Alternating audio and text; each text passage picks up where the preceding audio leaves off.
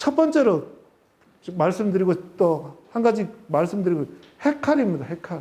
해칼 여러분 뭐 때문에 해칼이 생깁니까? 도대체 해칼이 뭡니까? 왜 열매 적당히 따놓고 적과 다 해놓은 게 열매가 왜 떨어집니까? 해칼은 여기 보십시오. 핵가류 과실이 뇌가 피가 파괴된 갈라지는 생리장애입니다. 왜 갈라지느냐? 뇌가 피가 뭔데? 우리가 먹고 있는 과육의 그 껍질이 외가피입니다. 과육이 중가피고 씨를 둘러싸고 있는 딱딱한 부분, 이게 뇌가피입니다. 이게 깨진다면 이게 왜 깨집니까? 정상적으로 발육돼야지. 왜 깨지느냐? 이게 갈라지면서 문제가 생기는 이렇게 변형과 빗물이 들어가고 수지도 발생되고 떫은 맛도 생기고 낙과도 되고 이렇게 여러 가지 문제들을 일으키는 과일입니다. 우리가 봤을 때 우리 그 전주에 있는 원예 특작과 포장의 과일들을 봤을 때 조생종 7월 1일을 기준으로 그 전후로 생산되는 품종들이 해칼이 엄청나게 많습니다. 그죠? 가면 갈수록 해칼이 줄어듭니다. 그죠? 그러면은 만생종도 해칼이 나오긴 나옵니다. 한번 보십시오. 여기 보면은 왜 조생종이 해칼이 많으냐? 조생종은 세포 분열기, 경액기, 세포 비대기. 경액기가 짧단 말입니다. 경액기가 뭐 하는 시기냐? 요 시기 때 과실에 집중되는 에너지를 가지고 씨를 완성시키는 시기입니다. 경액기가 짧다 보니까 핵이 되다가도 과실 비대기로 들어가다 보니까 핵이 깨지면 그 상태로 바로 과실 비대기로 들어가다 보니까 조생종의 해칼이 많은 겁니다. 그럼 만생종 한번 보시죠. 만생종 같은 경우에는 세포 분열기, 경액기 이렇게 깁니다. 그리고 만생종 세포 비대기로 경액기가 상당히 길고 거의 장원항도나 엘바타 같은 이런 품종들은 거의 2달, 7월 말까지도 경액기에 해당됩니다. 그러다 보니까 핵이 깨졌다 붙었다 깨졌다 붙었다 깨졌다 붙었다 문제가 생겼다가 아물었다 설체가 아물었다 이렇게 계속 반복되다 보니까 해칼이 거의 안 나타나는 걸 보입니다. 근데 장원항도 같이 엘바타 같이 만생종 품종도 해칼이 가끔 나타납니다. 어떨 때요? 이럴 때 나타납니다. 7월 중순까지 땡땡 가물었습니다. 가물다가 7월 말쯤 돼가지고 비가 왕창 내립니다. 그러니까 가물다가 비가 한꺼번에 많이 오면은 이럴 때 수분 과잉 때문에 계속 가물어서는 별 상관없고 과일만 조금 작고 별 상관없었지만 쭉 가물다가 비가 왕창 왔을 때 핵이 깨져가지고 그 마지막 순간에 과실 비대기로 들어가기 때문에 이때 만생종들도 해칼이 발생할 수도 있다는 이야기입니다. 우리가 보기에 확률적으로 훨씬 적다 뿐이지 만생종들도 분명히 발생할 수 있습니다. 자, 해칼이 발생되면은 뇌가피 내부에서 밀어내는 힘이 발생하고 종자 비대되면서 압력이 발생하거나 쌍배가 여러분 아시죠? 씨가 2개가 맺혀 있습니다. 속에. 원래 중복 수정해가지고 하나가 도태가 돼야 되는데 개화기의 온도가 높다든지 개화기 전후로 해서 기상 상태가 좋을 때면 이 씨가 2개가 다 같이 발달할 때가 있습니다. 혹시 적과하시면서 과일 잘라보신 적 있습니까? 배가 불똥한 복숭아, 이런 복숭아들은 씨가 이렇게 2개씩 이렇게 든 과일들이 있습니다. 이런 것들은 단일 종자에 비해서 쌍배가는 해칼이 발생할 확률이 70% 정도로 높게 나타납니다. 그리고 경액기 탈수, 건조, 탈수하거나 건조하면서 핵의 부피가 감소하면서 내부 압력이 증가하면서 문제가 발생할 수도 있습니다. 뭐 봉합성 관다벌 이야기도 있는데 관다벌이 홈이 패이면 이런 것들은 과학적인 거라서 넘어가고요. 과실 비대에서 인장이요. 과실이 갑자기 커지는 이런 것 때문에 해칼이 발생. 씨는 아직도 제대로 성장을 못하는데 과일만 갑자기 많이 큰다. 이럴 때도 발생이 될 수도 있고요. 뭐 유전적으로 있고 또 이런 유발하는 조건들은 해칼과는 정상가에 비해서 생체중이 핵이나 종자의 생체중이 높을 때도 발생. 건물중 비율은 낮고 축실하지 못하고 크기만 비대됐을 때 이럴 때 해칼이 많이 발생된다 그럽니다. 자, 해칼 원인들 유발 조건들을 보면은 경액기 과실 비대가 촉진되는 온도 환경에서 온도가 너무 높든지 방수량이 너무 많든지 이런 조건 하에서 6월달 상수 온도가 높다든지 6월달에 집중호우가 온다든지 이런 때 문제가 발생합니다. 그렇기 때문에 언제부터 물을 꾸준히 줘야 되느냐 하면 개화 전부터 시작해서 물을 꾸준히 축축하게 너무 많이 주는 것도 문제겠지만 계속 젖어 있는 상태도 문제겠지만 어느 정도 일정하게 습도를 유지할 수 있도록 물을 꾸준하게 줘야 됩니다. 우리나라가 언제가 제일 가물겠습니까? 대체로 복숭아 생육기 꽃 피기 전후부터 이때가 대체로 가물고요. 5월달, 6월달까지 가물기 때문에 물을 주실 수 있다면, 관수시설이 있다면 꽃 피기 전부터 시작해서 꾸준히 물을 주시고, 비가 온다면 물을 끊으셔도 상관없지만 꾸준히 계속 정기적으로 물을 주시는 게 훨씬 더 해칼을 줄일 수 있는 방법이라고 생각됩니다. 안전결실, 또 작년에도 해칼이 좀 심했습니다. 왜 그러냐면은 서리 피해, 저온 피해 때문에 착가량이 부족하면 아까 앞에서 뭐라 그랬죠? 과실 비대가 급속하게 되면서 해칼이 증가한다는 말씀을 드렸댔습니다.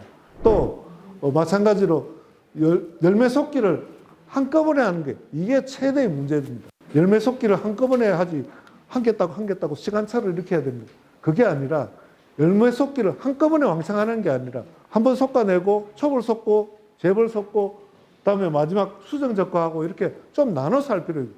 좀 더 잘하시려면 꽃 따기, 꽃눈 따기, 꽃 따기, 그다음에 열매 따기 이런 식으로 좀 시차를 두고 나눠서 따는 게 이런 해칼이라든지 낙과를 방지할 수 있는 원인이라고 생각됩니다. 여기서 또 한 가지는 이제 착과량에 있어서 여기 해칼률들을 보여드렸던 표이고요. 그 다음에 수세 안정입니다. 전정을 너무 많이 하는 거, 강전정하는 거 이것도 분명히 해칼의 한 원인입니다. 근데 강전정 하지 말라니까 사장님들이 집에 사모님한테 혼난답니다. 왜요? 그러니까 적고할 게 많아가지고 일거리 많이 만든다고 강전정하라고 그러신답니다. 근데 사모님도 아셔야 될 게 이 강전정하는 거 이것 때문에 해칼이 더 많이 발생한다는 겁니다. 낙과가 더 많이 발생할 수 있단 말이에요. 물론 기상 상태가 별로 평온해가지고 별 문제 없이 지나갈 수도 있겠지만 강전정하고 비가 한꺼번에 내리고 이런 것들이 어떻게 보면은 해칼의 가장 큰 원인이라고 말씀드릴 수 있습니다. 마찬가지로 여기도 보시지만 강전정한 거하고 약전정한 거 비교해서 해칼률이 79.5%, 43.3%, 43.8% 거의 배 가까이 차이가 나는 이런 형편입니다. 또 한번 보시죠. 시비조절, 비료를 많이 주는 것.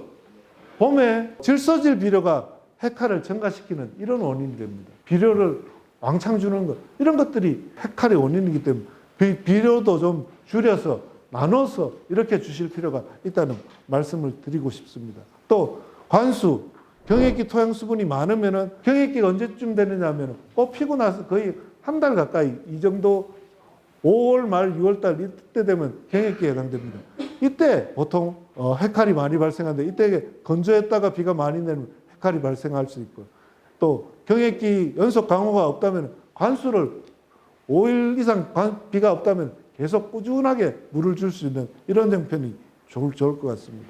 2002년도에 원주에 복숭아 농가들 천중도부터 시작해가지고 낙과가 다 됐다고 가보니까 전부 다 이런 해칼 때문에 비가 갑자기 내리는 해칼 때문에 낙과가 심했던 것 같습니다. 또 요즘 들어서 문제가 되고 있는 게 천중도 백도라든지 그 다음에 여기도 재배하고 있는 아까제끼. 여러분 아까제끼 재배하시는가요? 대옥계, 그레이트, 전보 이게 전부 다 아까제끼 계통들입니다.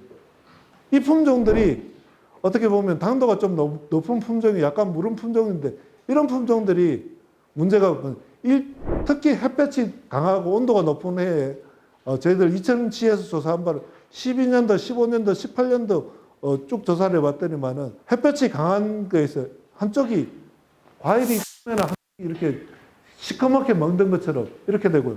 따기도 전에 보면은 한쪽이 이렇게 찌그러져 있고 시커멓게 먹는 것처럼 이런 복숭아들이 발생하게 됩니다. 이런 복숭아가 전부 다 내부 갈변, 강한 햇볕이나 온도 때문에 문제가 발생하는 것들입니다. 근데 이런 복숭아들은 한쪽 편들이 이렇게 갈색으로 변하고 어떻게 보면은 사과에 우리 여러분도 혹시 후지 드시다 보면 한쪽으로 꿀박이 켰다 그러시죠? 그죠? 그것도 바로 이거하고 비슷한 증상들입니다. 한쪽으로 햇볕이 너무 많다 보니까 한쪽으로 수침상 생기는데 이게 꿀 박히기 아니라 그것도 생리장애 일종입니다. 사과 파는 사람들은 꿀 박혀서 더 맛있다 그러는데 이것도 문제가 있는 과일입니다. 또 봉합선 반대 방향으로 이제 과정부나 측면부에 발생을 많이 하는 특징들이 있고요. 이런 과일들은 발생하는 증상들은 품종에 따라서는 당도가 높은 품종들이 중만생종에서 주로 발생하고 당도가 높은 품종, 그다음에 이제 이 당도하고 수칩상 과육, 내부 갈변하고 양의 상관관계를 보였다 그러고 아직까지는 저항성 품종에 대한 이야기들은 보고된 바 없습니다. 그리고 과일 크기들이 크고 당도가 높고 또 꼭대기에 햇볕 잘 받는 부분에 제일 큰 과일이 문제가 생길 경우가 많습니다. 그러다 보니까 제일 아까운 과일들이 이런 문제가 생기니까 여러분들 안타까운 일들이 이런 것들은 이제 에틸렌 가스가 많이 발생하면서 문제가 생기는 것 같고요. 대체로 저희들이 봤을 때 이제 아까즈키 같은 경우에도 마찬가지로 자세히 보시면은 이런 당도가 높고 과실 크기가 크고 경도가 좀 누런 품종에서 주로 많이 발생하는 걸로 기록이 보고가 되어 있습니다. 어떤 조건에서 많이 발생하느냐? 유발 요인 같은 경우에는 큰 과일, 다음에 이제 봉지 재배를 한 과일에서 또 재배가 많이 봉지 속의 온도가 높기 때문에 이런 문제가 생기는 거고요. 조기적과에 비해서 자연 낙과 발생이 많은 해도 많이 발생된다 그러고요. 바깥쪽, 위쪽 햇볕이 많이 받는 부위, 온도가 높은 경우, 수확 2주 전에 토양 수분이 급변한 경우에 이렇게 문제가 많이 발생한다 그럽니다. 그래서 현재로서는 저희들이 뭐 적극적인 대책은 없고 봉지를 얇은 것도 씌워보고 두꺼운 것도 씌워보고 해도 큰 차이는 없습니다.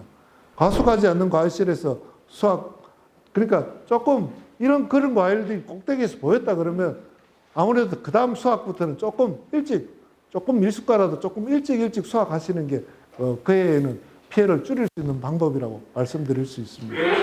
요 최근에 문제되고 있는 탄저병입니다.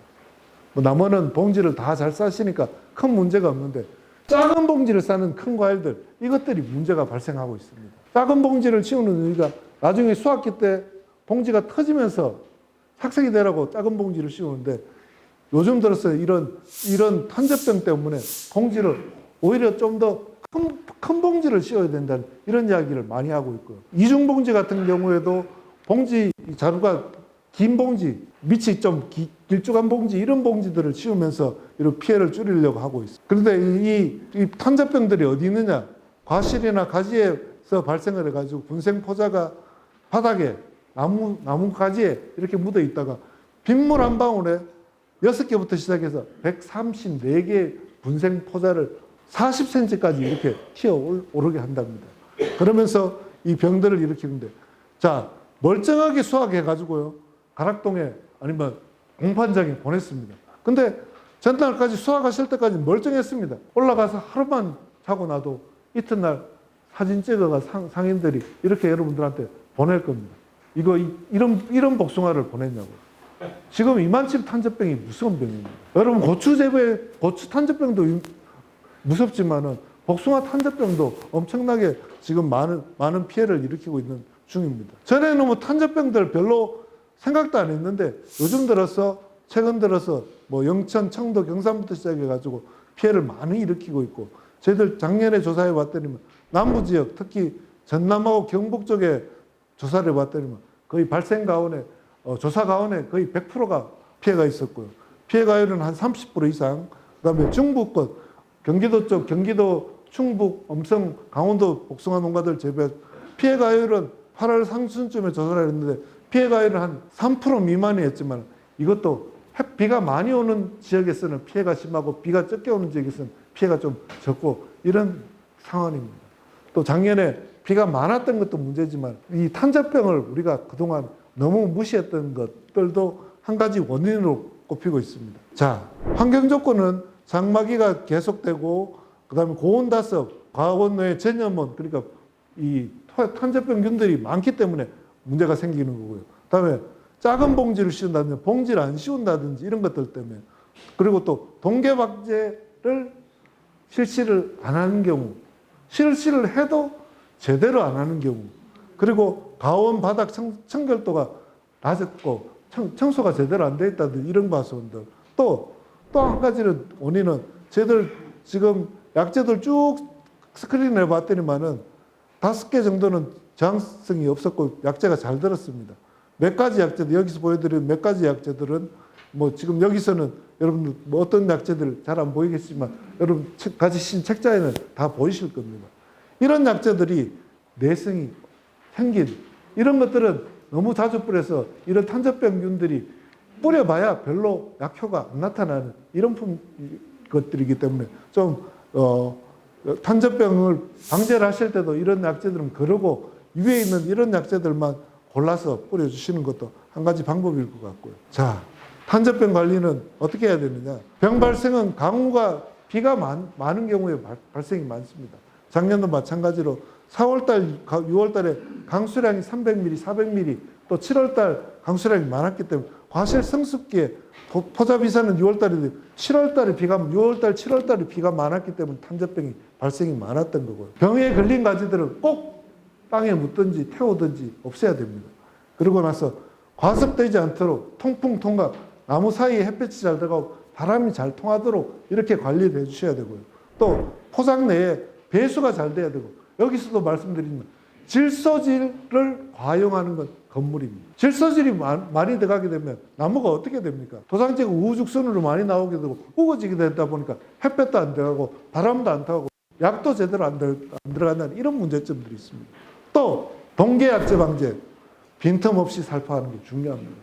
여러분 동계약제 방제 뭘로 치십니까?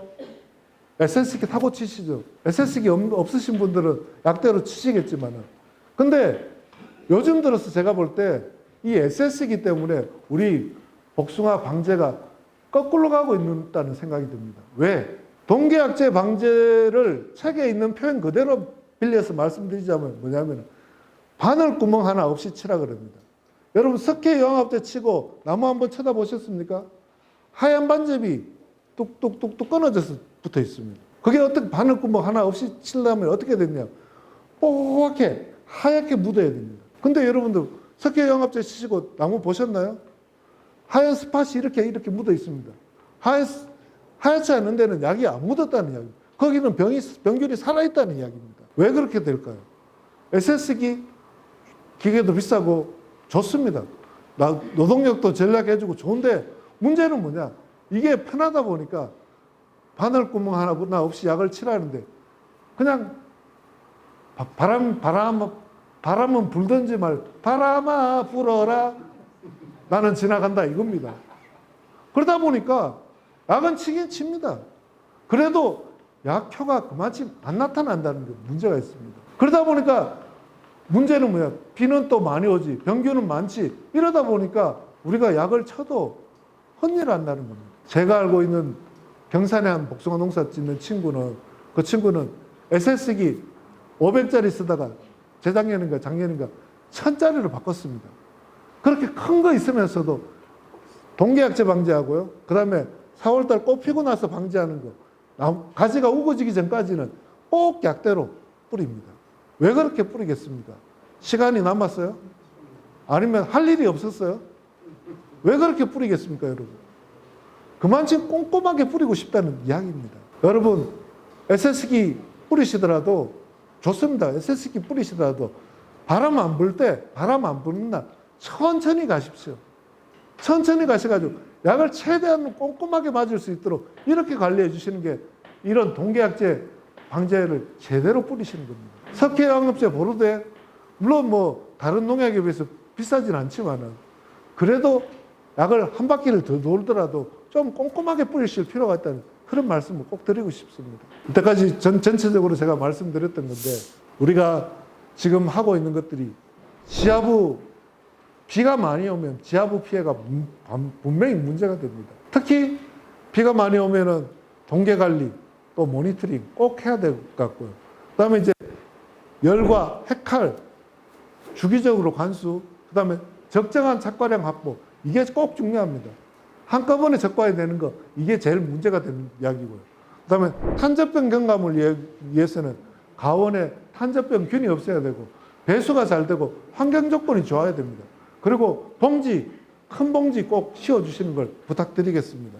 그리고 월동병해충 밀도를 줄이기 위해서는 계속 말씀드리지만 SS기 치더라도 한 바퀴 더 돌더라도 꼼꼼하게 약을 뿌리신다는 바람 없는 날 꼼꼼하게 뿌리고 물론 아침에 조금만 지나도 바람이 붑니다. 오늘도 아침에 바람 좀 불었습니다.